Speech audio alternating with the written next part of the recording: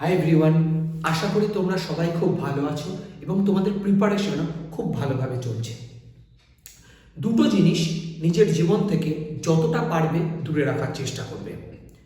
সেই দুটো জিনিস হলো, এক হলো ইগো, এক হলো জেলাসি। দেখো, তোমার মধ্যে যদি ইগো বেশি থাকে, দেখবে সেটা কি প্রবলেম করবে, অন্যের কাছ থেকে যে কোনো কিছু শেখাতে সেটা ব্যাঘাত সৃষ্টি করবে।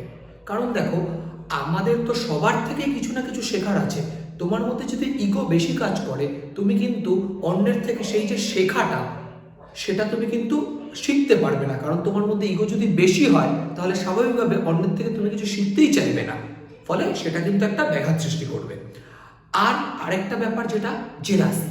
দেখো, জেলাসিটা না রাখাই ভালো, কারণ জেলাসিটা বেশি থাকলে কি হয়, তুমি নিজের প্রতি কন্ট্রোল হারিয়ে ফেলবে, নিজের প্রতি যে কনসেন্ট্রেশন সেটা হারিয়ে ফেলবে। ফলে কি হবে, যে তোমার ক্রিয়েটিভিটি নষ্ট হবে, তোমার নিজের উন্নতি এগুলো কিন্তু নষ্ট হবে। কারণ তুমি তো সবসময় দেখা যাচ্ছে অন্যের প্রতি জেলাস ফিল করছো। তার ফলে কি দাঁড়াবে, তুমি নিজের প্রতি কখন ব্যাপারটা দেখবে, নিজের প্রতি কখন মনোযোগ দেবে, যে নিজেকে কি করে ডেভেলপ করতে হয়, কি করে উন্নতি করতে হয়, সেটা তোমার মাথায় আসবে না, কারণ তুমি তো সবসময় জেলাস ফিল করছো। তো যাই হোক, এই দুটো জিনিস চেষ্টা করো সবসময় নিজের জীবন থেকে যতটা পারবে দূরে রাখার। দেখো, আজ আমরা প্রফিট লসের আরেকটা অঙ্ক সলভ করে নেব। আমি অঙ্কটা করছি, আগে ভালো করে শোনো, তারপর আমরা দেখছি অঙ্কটা কি করে সলভ করতে হয়। দেখো, অঙ্কটা বলতে চেয়েছে যে a trader has a faulty balance that weighs 20% less than what it should weigh. বলেছে একটা ট্রেডার, ব্যবসাদারের কাছে একটা ফল্টি ওয়েট আছে, একটা খারাপ ভুল ওয়েট আছে, যার ফলে কি করছে, যেটা অ্যাকচুয়াল শো করছে তার থেকে অ্যাকচুয়ালি 20% কম দিচ্ছে, তাই তো বলেছে 20% less than what it should weigh. একদম, তার মানে কি, যেটা হওয়ার কথা ছিল তার থেকে 20% কম দিচ্ছে সে অ্যাকচুয়ালি, তাই না? তাহলে কি বলেছে এবার দেখো, but he অফারস A discount of 10% on the price. কিন্তু সে আবার 10% ডিসকাউন্ট দিচ্ছে, এবার বলছে what is the profit percent, তার প্রফিট পার্সেন্ট কত। দেখো, আমি আগের ভিডিওটায় কিন্তু তোমাদের একটা বিষয় শিখিয়েছি। কি শিখিয়েছি, যে মার্জিন মানে সেটা প্রফিট হোক বা লস হোক, মার্জিনটা ডিপেন্ড করে তিনটে বিষয়ের উপর। কি কি শিখিয়েছিলাম, একটা হচ্ছে ম্যাটেরিয়াল ফ্যাক্টর, ঠিক আছে, ম্যাটেরিয়াল ফ্যাক্টর। একটা হচ্ছে, মনে আছে তোমাদের? দেখো, তোমাদের যাদের মনে নেই, তোমরা চাইলে কিন্তু আগের ভিডিওটা একটু দেখে নিতে পারো। আমি কিন্তু আগের ভিডিওতে এই কনসেপ্টটা বোঝানোর চেষ্টা করেছি। আচ্ছা, এরপর আরেকটা কি আছে, প্রাইসিং ফ্যাক্টর। একটা হচ্ছে তোমার ম্যাটেরিয়াল ফ্যাক্টর, একটা হচ্ছে তোমার প্রাইসিং ফ্যাক্টর, আরেকটা কি বলেছিল মনে করে দেখো, আরেকটা বলেছিল মেজারিং ফ্যাক্টর। এই তিনটে জিনিসের উপর কিন্তু আমার মার্জিন ফ্যাক্টর ডিপেন্ড করে। যারা এই জিনিসটা বুঝতে চাও ভালো করে, পারলে আগের ভিডিওটা একটু দেখে নিও। আমি লাস্ট যে ভিডিওটা পোস্ট করেছি তাতে কিন্তু আমি এই ব্যাপারগুলো একটু ভালো করে বোঝানোর চেষ্টা করছি। ম্যাটেরিয়াল ফ্যাক্টর মানে ধরো কোয়ালিটি খারাপ দিল একটু, তাতেও প্রফিট বাড়িয়ে নিল। প্রাইসিং ফ্যাক্টর মানে ধরো মার্কআপ করে নিল জিনিসটা, দাম বাড়িয়ে নিল, সেইভাবে করতে পারে, প্রফিট বেশি। মেজারিং ফ্যাক্টর মানে মেজারটা ভুল দিল, কম দিয়ে দিল, এই যে এই অঙ্কটায় যেমন বলেছে, ঠিক আছে? এবার ভালো করে বোঝো। দেখো, এই অঙ্কটার ক্ষেত্রে কিভাবে সে কি করেছে সেটা বোঝো। দেখো, তার যেটা দেওয়ার কথা ছিল অ্যাকচুয়ালি সে সেটা না দিয়ে কি করেছে, 20% কম জিনিস দিয়েছে, ঠিক তো?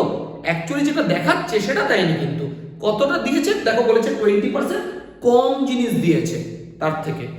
তো তার মানে মেজারিং এ প্রবলেম করেছে, তারপরে মেজারিং ফ্যাক্টরটা আমাদের কাজ করবে এখানে।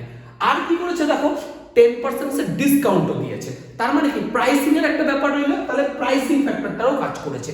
কিন্তু দেখো, ম্যাটেরিয়ালে সে কিছু করেনি, মানে হয়তো যে কোয়ালিটি দেওয়ার কথা ছিল তার থেকে কম কিছু দেয়নি, তার মানে ম্যাটেরিয়ালে সে কোনো প্রবলেম করেনি, তার মানে ম্যাটেরিয়াল ফ্যাক্টরটা 1 লেখা থাকে। যেটা কিছু করেনি সেটা নিয়ে কোনো সমস্যা নেই, সেটাতে 1 লেখা থাকে। কিন্তু এবার দেখো প্রাইসিং ফ্যাক্টর। দেখো, প্রাইসিং ফ্যাক্টর কিভাবে তৈরি হয় ভালো করে বোঝো।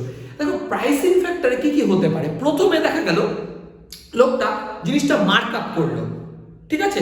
তাহলে মার্ক আপ করলে একটা মার্ক প্রাইসে পৌঁছে গেল, তার উপর দেখা গেল ডিসকাউন্ট দিল। তার মানে প্রাইসিং ফ্যাক্টরটা কি বিষয়ের উপর ডিপেন্ড করছে, দেখো মার্ক আপ করছি, তাহলে মার্ক প্রাইসে পৌঁছালো, সে মার্ক প্রাইসের উপর আবার ডিসকাউন্ট দিল, দেখো মার্কআপ আর মার্কেট প্রাইস আমি কিন্তু এই দুটো ভালো করে তোমাদের বোঝানোর চেষ্টা করেছি, অনেকগুলো ভিডিও করেছি এই কনসেপ্ট নিয়ে।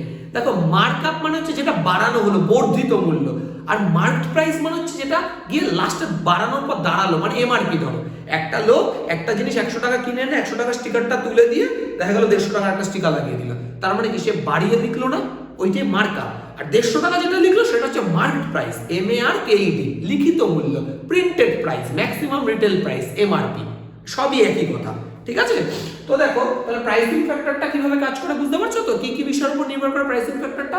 মার্কআপ করলো, সেখান থেকে একটা মার্ক প্রাইসে পৌঁছে গেলো, তারপর যদি ডিসকাউন্ট দিল তাহলে একটু কম দামে বেচে, মানে ডিসকাউন্ট দিতে পারে, নাও দিতে পারে। কিন্তু এখানে কি করেছে লোকটা, দেখো ডিসকাউন্ট দিয়েছে, এখানে কিন্তু মার্কআপের কথা কিছু বলেনি, মার্কআপের কথা কিছু বলেনি, তাই না? তাহলে এই যে প্রাইসিং ফ্যাক্টরটা দুটো বিষয় নিয়ে লক্ষ্য করতে পারো। প্রাইসিং ফ্যাক্টরের জায়গায় আমরা এইটার জায়গায় আমরা এখন দুটো বিষয় লিখতে পারি। কি কি লিখতে পারি?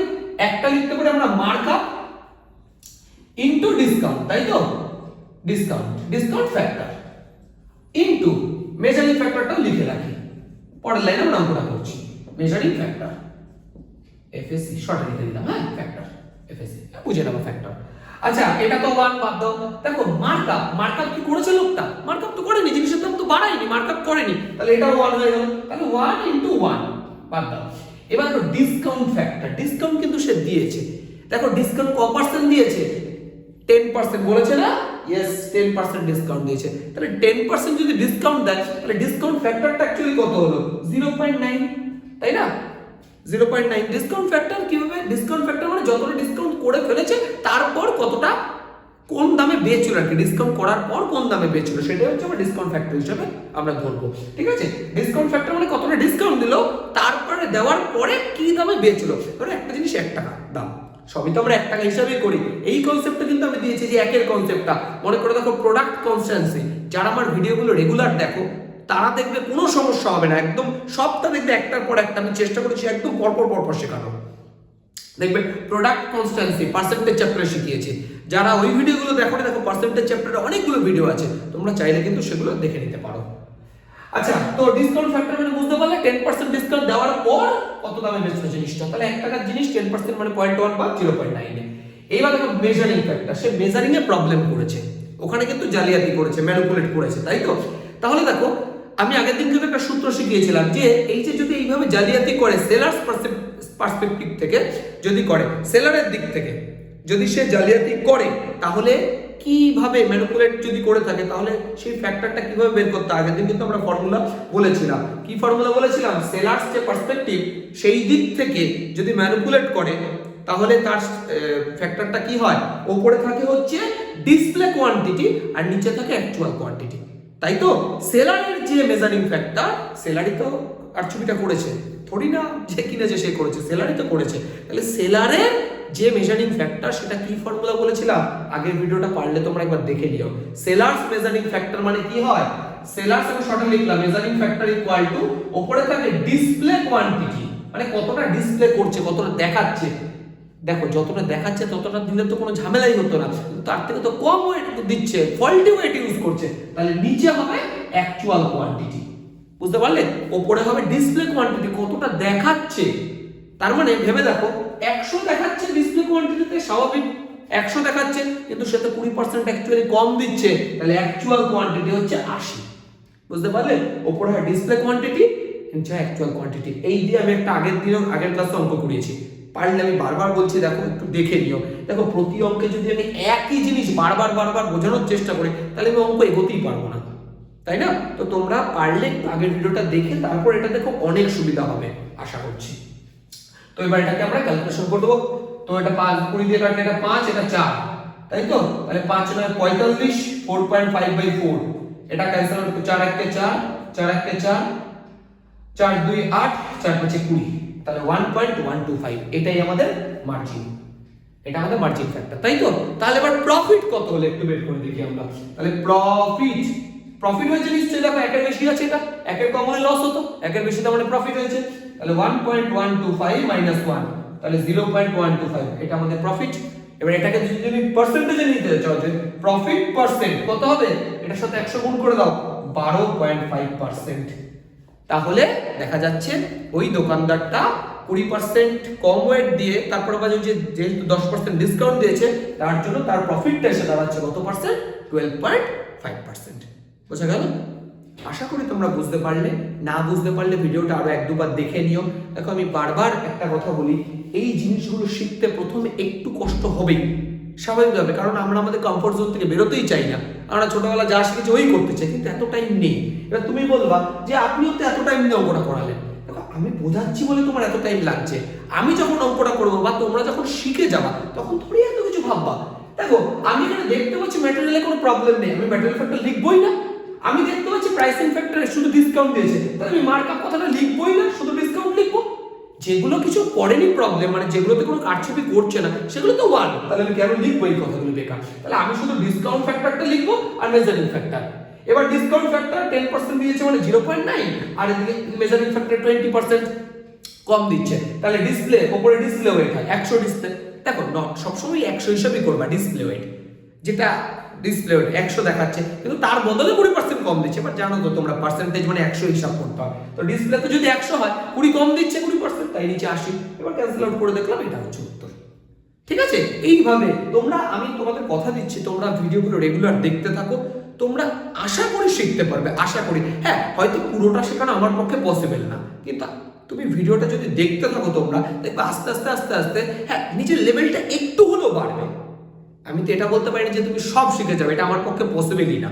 আমি কি করে সব মানে শেখাবো? এটা তো একজনের পক্ষে পসিবলই না, খুব স্বাভাবিক ব্যাপার এটা, তাই না? তো তবুও যতটা পসিবল আমি এটুকু বলতে পারি, তোমার লেভেলটা মানে তুমি আগে যতটুকু পারতে তার থেকে একটু হলেও বাড়বে, এইটুকু কথা আমি তোমাদের দিতে পারি। ভিডিওটা দেখার জন্য অনেক ধন্যবাদ, থ্যাংক ইউ। আর যদি তোমাদের কোনো কোয়ারিজ থাকে বা কিছু জানার থাকে যে কোনো বিষয়, আমাকে কমেন্ট বক্সে জানিয়ে আমি অবশ্যই চেষ্টা করবো সেটা আনসার দেওয়ার।